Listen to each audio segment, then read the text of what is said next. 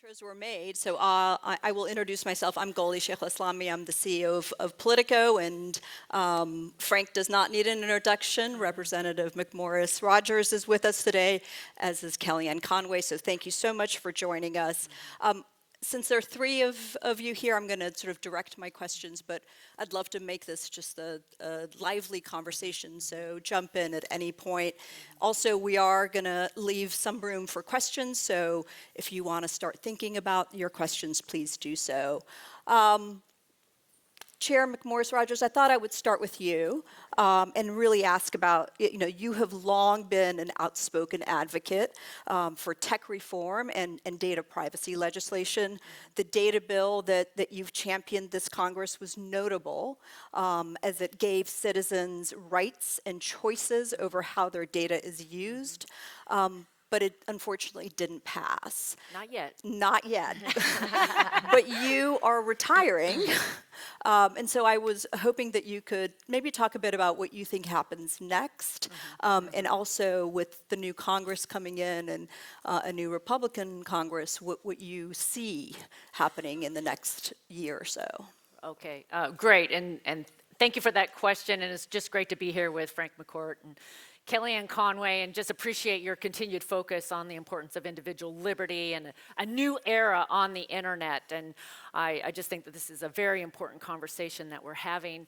I'm currently the chair of the Energy and Commerce Committee in the House, and this has been a long time priority for me, actually, working for several years, 6 years, in other roles also, on a national data privacy standard in the United States of America. I believe that it is important that Congress act in order to protect our individual privacy rights online, and it's for everyone, and I believe that it is needed for across all 50 states, and especially for our children. But this is foundational when you think about protecting kids online, or AI and where AI is going to take us as a nation. The importance of protecting individual privacy. We have there's unlimited amounts of data that's being collected on every single one of us, and it impacts further and further as being collected, manipulated, exploited. We hear the stories, unfortunately, more and more. And as a parent of 3 school-age kids, the number of hours that kids are online, but the amount of data and then just how that's being used and exploited, it needs to happen. It's a priority of mine. It's been a priority of mine as chair of the committee, and we have a bill, and I'm not. It's unlikely, I'll admit, that it would get passed out by the end of this Congress, but I do believe this discussion is going to continue. We've worked across, Senator Maria Cantwell and I, she's the chair of the Senate committee, as well as members on both sides of the aisle in the House, believe that we need to take action. It's foundational. So the privacy rights, and then on top of that, is legislation like KOSA, Protecting Kids Online Safety Act, which passed the Senate, I think 91-3 or something, and COPPA, Protecting Kids on the Online Online Privacy Protection Act, COPPA. Anyway, it's time for Congress to act. And as far as where we go from here, it often takes it takes years to get legislation passed, but it's time for Congress to act, and I'm hopeful that the work that we've done has laid a strong foundation. Thank you. So, Kellyanne, I thought maybe you could jump in now, and you have long worked on social media and big tech regulation, and with the new Trump administration coming in, how do you think sort of how things have unfolded over the last 4 years when it comes to sort of these regulatory issues? What is this going to be a priority for the administration and for the new Congress coming in? Well, first of all, thank you so much for having me, Goli, and Mr. McCourt, and obviously to be near CMR. She has her own acronym. Most of the 3-letter acronyms in Washington, D.C. are not my favorites, but CMR is one of them. So it's a pleasure to be with each and every one of you who I know is here because you care about these public policy issues.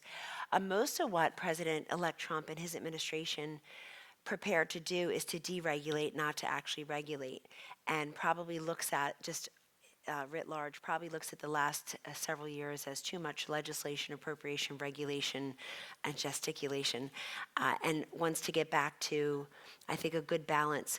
On this, though, it's a bit different, isn't it? Because the president himself looks at himself and many of his followers as having been victim of tech overlords being able to deplatform him, take away the Twitter handle of the New York Post in the last 2 weeks of the 2020 election for a reason that ended up being completely false and has since been proven as so.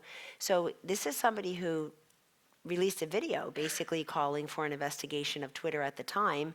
Now his friend and the new Doge co-chair, executive, whatever title that is, Elon Musk owns Twitter, and many conservatives feel like they are not as silenced, censored, or shadow banned as they were previously.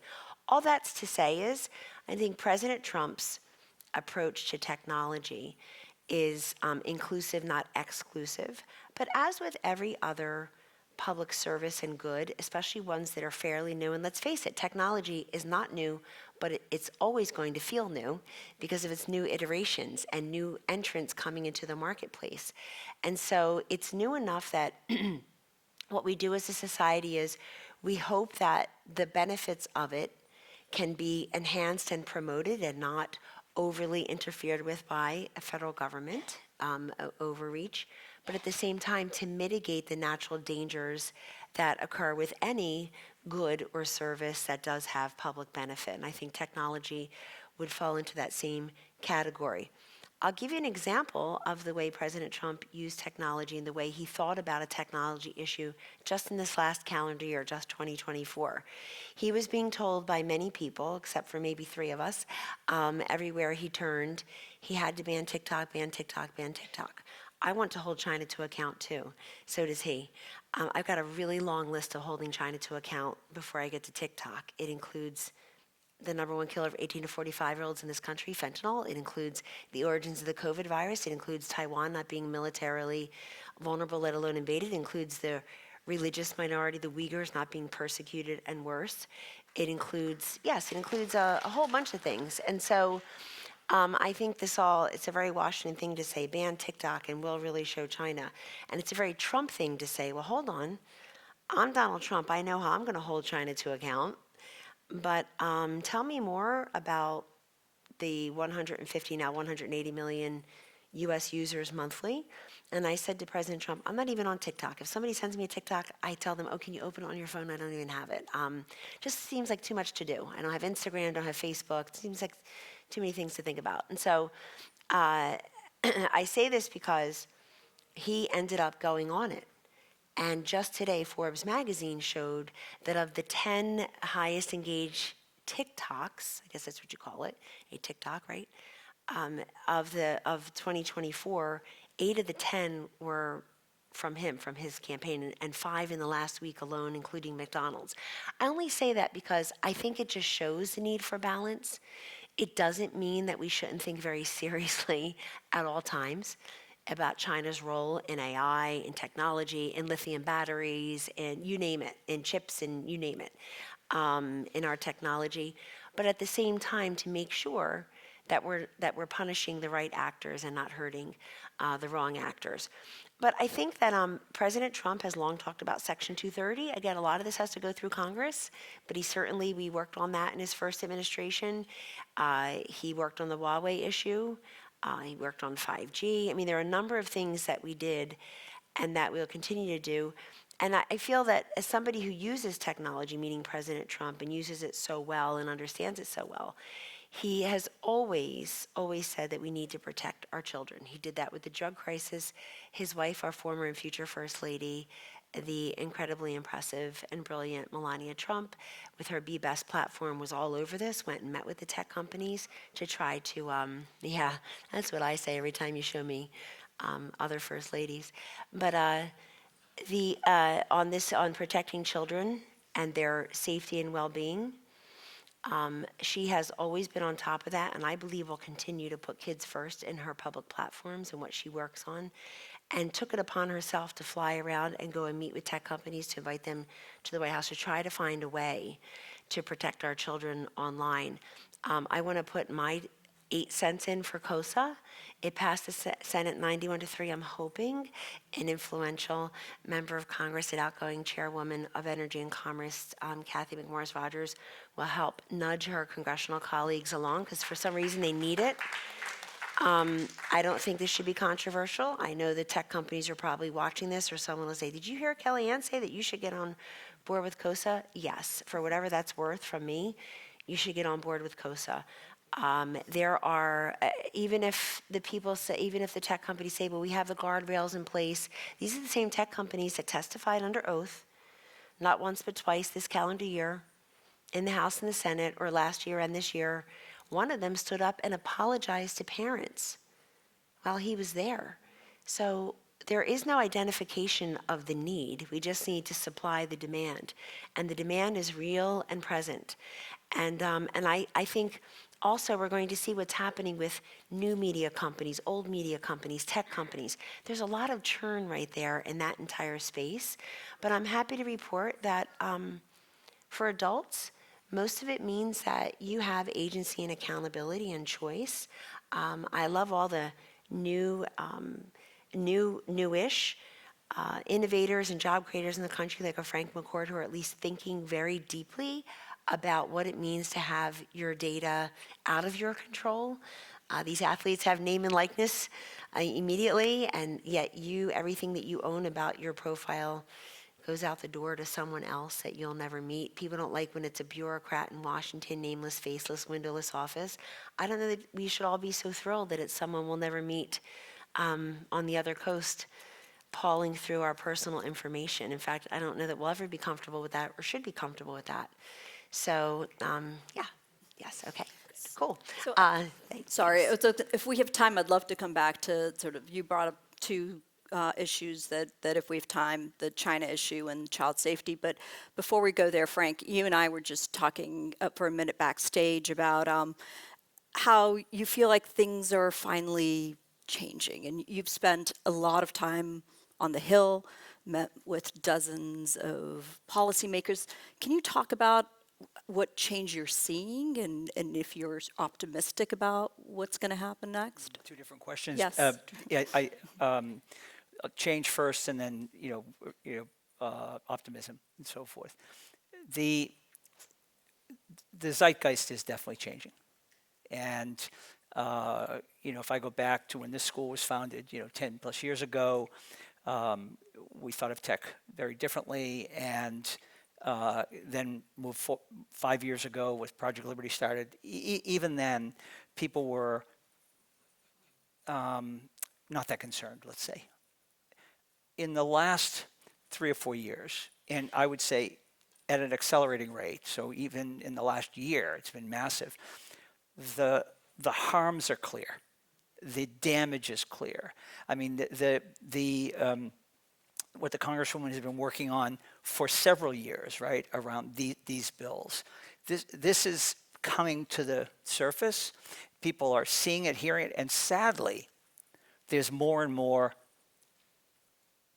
tragedy. And the conversation, for instance, about kids, it's not like I'm saying something to people here that they don't know. The conversation is going on in every single household in America where there are kids. So then it really starts to resonate. I think it's super sad that it's taken mothers and fathers that have lost children to bring this issue to the surface. That's how far off course we are. Am I optimistic? Well, first of all, I'm a born optimist. So probably discount what I'm about to say, okay? You wouldn't have taken on this whole project if you weren't. We're going to do this. We are going to do this because you take the change in the zeitgeist and the need and the harms and the problems, and it's raising in public awareness, and then people begin to understand that they can actually reclaim their identity, they can reclaim their data, they can reclaim ownership of themselves. And again, I can't say it enough times, your data is you. It is you in this digital age. Everything about you. We would never let the government know everything about us. Why are we letting a few companies know it? So I think as people become more and more aware, they'll be more inclined to act, be easier to pass bills, and so forth. And I think, with the incoming Trump administration and the idea of prioritizing innovation, prioritizing, like let's invent our way forward here. I think that there will be a lot of room for that. And I think for a project like this, it can use that kind of, like, let's innovate, not just regulate, right? We are going to need better policies, though, as well. I mean, one of the things that has changed, I would say, in the last 24 months is AI really sort of bursting into as a consumer product and in sort of the minds of everyone. It was something that has been around for decades, but now it is sort of in the forefront of every conversation. And I was going to ask you, Chair McMorris Rodgers, about the conversation about AI regulation and privacy regulation. Sometimes there's sort of a chicken and egg, and some people feel that you need sort of that data privacy regulation first before AI regulation. How do we balance these two things and move both forward as we have to? Well, and I think it's important. America has led in innovation and technology, and it has done. America has led in lifting people out of poverty, raising the standard of living, and a lot of that is because we are innovators and we embrace technology and all that it can do. And so there is this great promise associated with AI and lots of problems that we believe that can be solved with AI, but yet it is going to be so foundational that as we embrace this and all that it can offer, that we are protecting humans and individuals in this new era. And I too believe that more people are becoming aware. There's harms, but just also becoming more aware of just all the data that's being collected. We're talking unlimited, thousands, millions of data points on every single one of us. And it's not just your shopping and your search engine history. It's really just how you respond and how you think, and then how they can manipulate and take, we had one young lady, she testified in committee, Ava, and she talked about spending 3 seconds too long on one particular post, and then how they were able to take advantage of vulnerabilities because of what they knew about her and take her down a very dangerous path. And that story, parents are walking the halls of Congress even this week again, raising awareness. So with AI, as with technology, there's lots of promise, but I do believe there's a growing recognition that we have to act to protect our individual privacy rights, lay a strong foundation, it always gets into, is it government or is it the companies? China, they have social scores in every single individual, right? We don't like that as Americans, but yet we don't even know what's being collected right now, and then how that's going to multiply by, Lord knows, 10 times, 100 times. So I think there's a growing, and the last point I'll just make is that the tech companies, they've become very sophisticated in the arguments that confuse or distract. They know how to push the buttons of the Republicans and say, well, this might infringe on free speech, because I also believe Section 230 needs to be changed.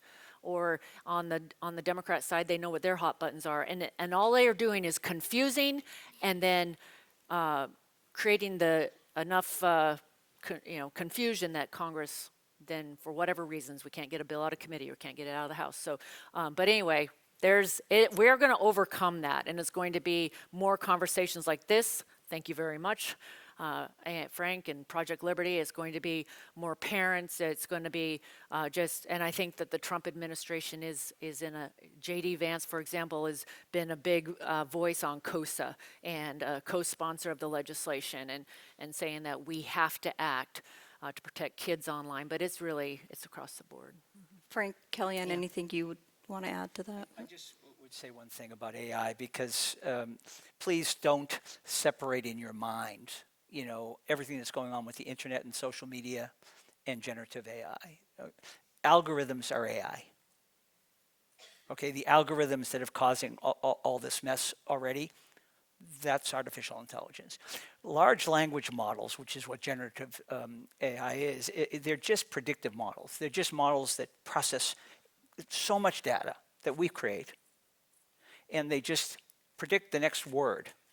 You put a word in, they predict the next word, and then they process all kinds of data, and the next word, and the next word. And they're just predictive models based on data that they've consumed. So huge data, huge compute power, and that's what they are. They're just a more powerful version, in other words, of what we already have that is not working well. So it just seems logically, if we know something's broken, shouldn't we fix it first before we make it more powerful?